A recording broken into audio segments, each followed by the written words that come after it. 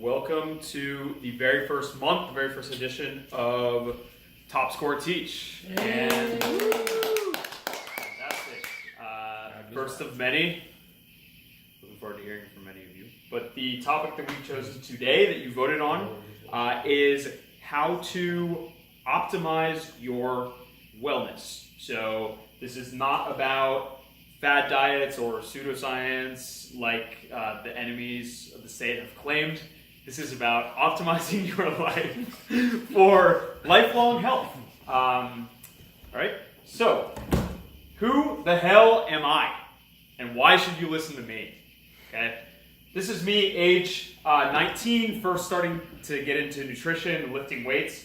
I spent basically the last part of college and many years thereafter researching everything there is to know about wellness. That means nutrition, weightlifting, athletic performance. I've pretty much done it all. I've trained for bodybuilding, for powerlifting, weightlifting, trained for ultimate. Along with that went with nutrition and just general how to live life in the best way. And so I have a lot of knowledge contained. I've read a lot of studies and have done a lot of it myself.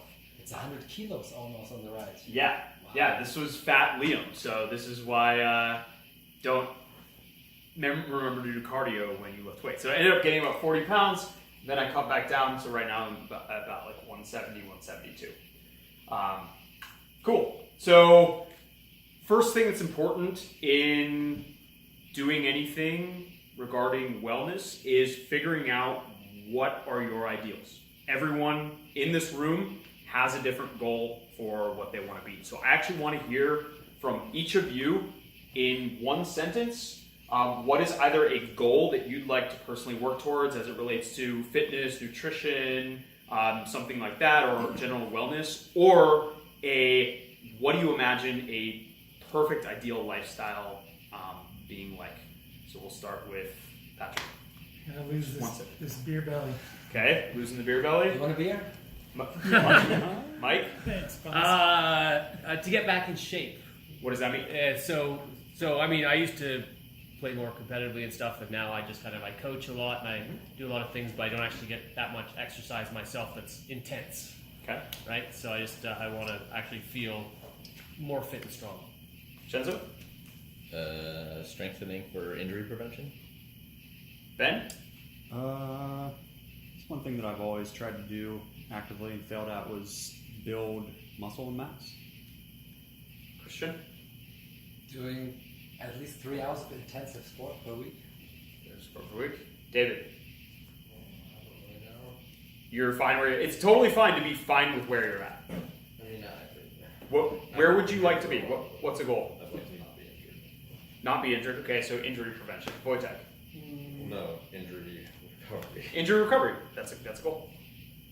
I would say maybe a little bit more balanced life in terms of what my daily basis work will look like sitting in front of the computer all the time. So maybe a little. You don't want to do that, Wojtek. Okay, sorry. Living a balanced life will actually help you be healthy, be in a better mood, and work better. So everyone has different goals, it kind of sounds like. Where does all that start? It starts with mindset. So getting into the mindset of where you want to be. If you don't train your mind, you can't even start with any of these. Really cliche, but wellness is a lifestyle change. It's not a fad. It's not one goal. It's not I want to lose 10 pounds. Those are small goals towards that step. But the idea and the way I've tried to live my life is doing something so much that becomes a habit. So they've actually done studies on habits. And what they did is they took a bunch of people, they quizzed them on something that they wanted to make into a habit, and they tracked how long it took for that habit to become something that they said, I would feel weird not doing this every day. It was about an average of 66 days, although that varied. So it was from 18 to 254 days, depending on the person, depending on the habit. So if you want to get into a new fitness habit, you're gonna have to do something every day or nearly every day or on a set routine. 10 minutes for questions afterwards, depending on the person. So my big thing, the way that I differ from a lot of people that preach about this sort of stuff and say, this is the regimen, this is my plan, this is what I want you to do, I'm all about doing whatever works for you. As we've heard, everyone here has different goals. If you don't like lifting weights, don't lift weights. Don't force yourself to do something that is not going to be fun, because that's not going to turn into a habit. It's something that's not you. You don't have to do it. So that's kind of getting into the mindset of the changes that we want to make. The most important part of overall wellness is nutrition. Another cliche, you are what you eat, but I believe that entirely. So we're working at this retreat. You'll notice if you're eating a lot of junk food, you're probably not performing or thinking or working as well as we could be. So I want to talk about two things. One is calorie intake. One is caloric content. Who here has seen Super Size Me with Morgan Spurlock, where he ate a bunch of calories, got really fat? Who here has heard about the bodybuilder that cut and got more lean while eating McDonald's? So there was a guy that did that as well. Basically, he tried to prove Super Size Me wrong, but that's not the point here. You can lose weight eating McDonald's. You can lose weight eating pure sugar. The idea is your body must obey the laws of thermodynamics. If I eat 1,500 calories a day of dog food or bricks, I'm going to lose weight. But the content of what I eat is going to determine how healthy I feel, what mood I'm in, and how much of that weight that I gain is going to be fat or muscle. So, for example, eating foods that we call having a higher glycemic index, sugar, white rice, things like that, they actually, it's been proven, they raise your cravings, causing you to lose that willpower to break down to eat more sugar, which is then going to lead to more weight gain. So it's easier to lead a healthy life if we're eating foods that are healthy. Another way that I differ from a lot of people, I don't believe that diets matter. We've all known people, some of them have worked for this company, that have done crazy diets or fad diets. They've actually done studies on various diets. A wide range of diets have been proven to work long-term for adherence. So what I tell people is, if you find that a certain diet works for you, continue doing that diet. Everything is going to work in some way. It's really all about just doing the basic things, eating healthy foods, eating the right number of calories. Again, do what works for you. So, how much do we eat and what do we eat? One of my favorite quotes, it all boils down to this. Whenever anyone gives you nutrition advice, remember what Michael Pollan says, author of The Omnivore's Dilemma. Eat food, real food, not too much, mostly plants. That, out of all nutritional science, it all boils down to that. So, how much do we want to eat?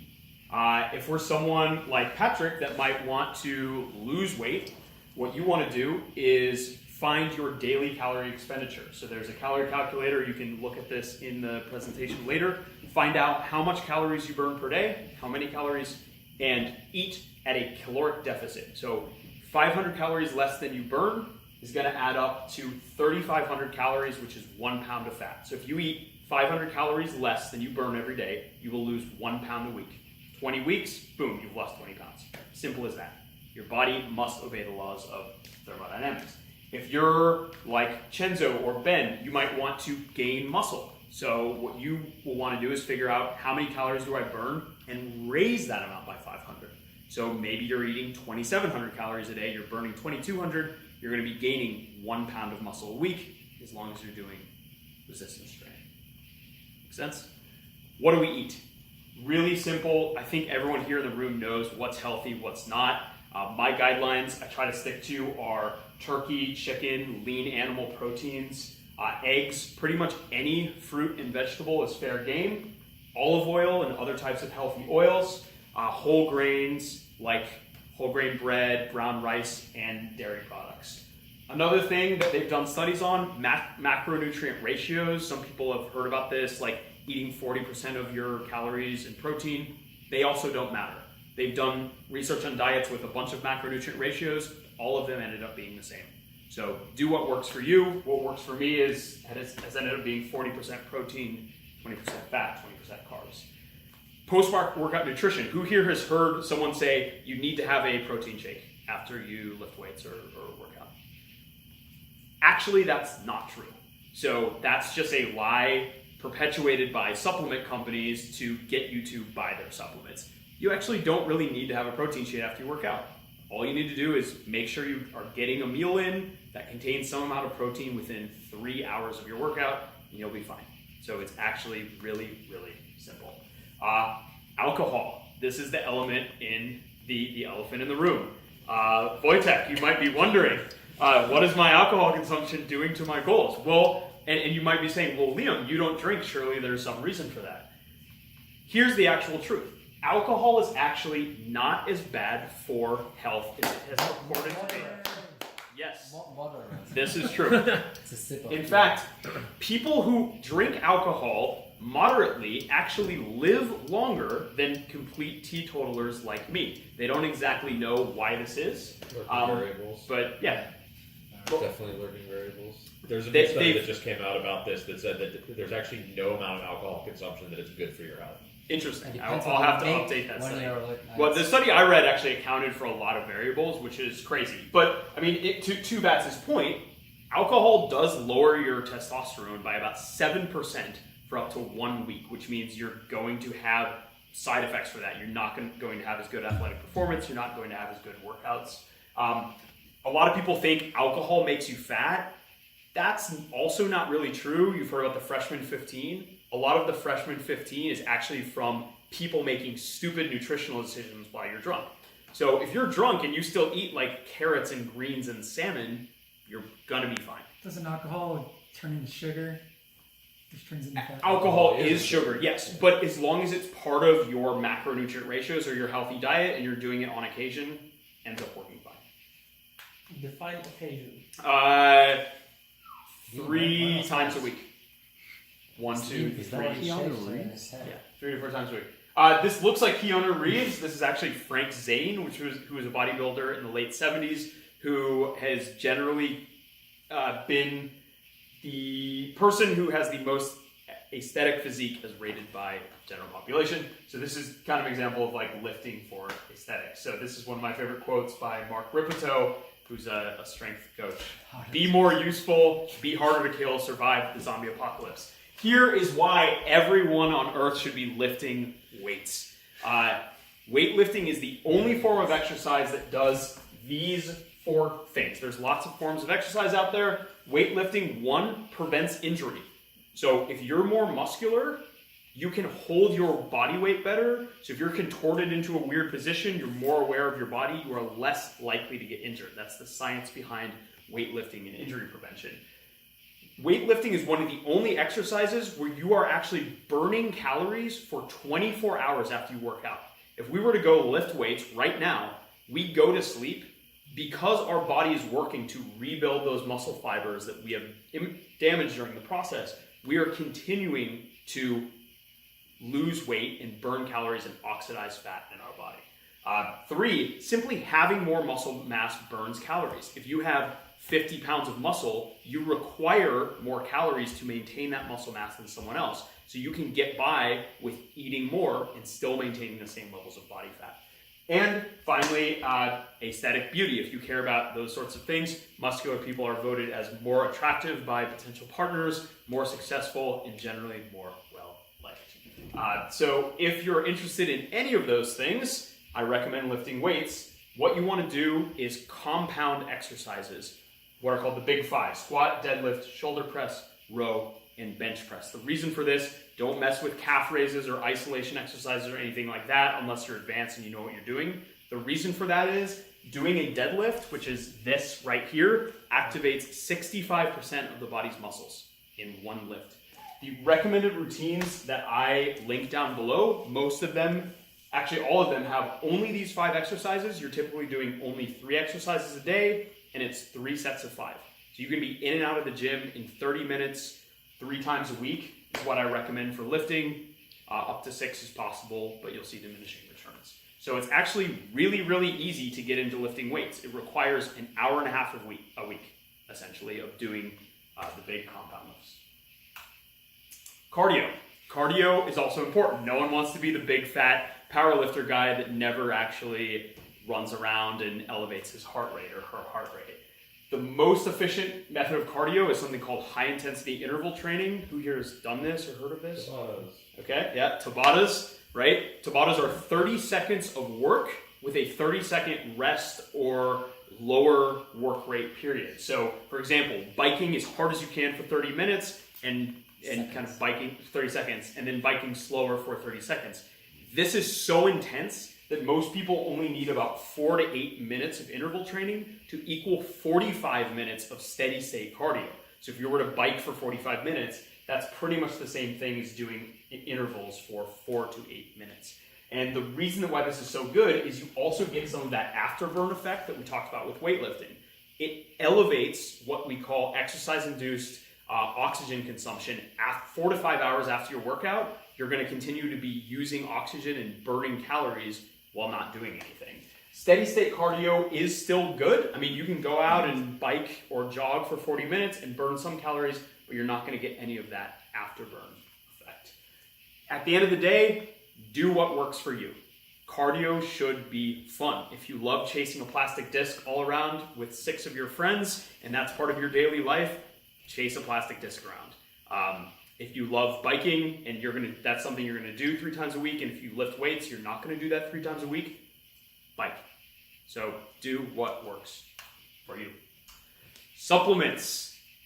Supplements are the last and final and least important part. Why do I say least important?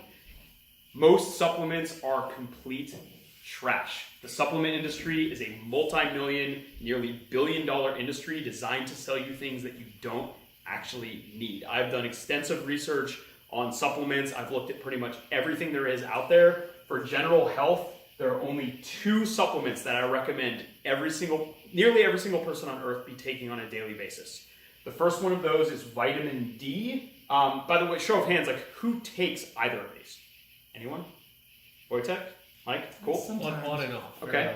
So if you live in a wintry climate, you are likely vitamin D deficient. That means you're at risk of osteoporosis, other bone-related diseases. Taking 4,000 international units of vitamin D a day will almost completely eliminate any risk that you would have for bone-related illnesses or diseases when you are older. It also is anti-cancer and increases your testosterone. Fish oil, omega-3s, can be found in fish. A lot of fish in the ocean, unfortunately, are poisoned with mercury, and so it's not a good idea to eat too much fish these days. So fish oil is a potent anti-inflammatory. People that take fish oil have been shown to have up to 70% less risk of cardiac infarctions, strokes, these other types of lifestyle clogging diseases that are caused basically by inflammation.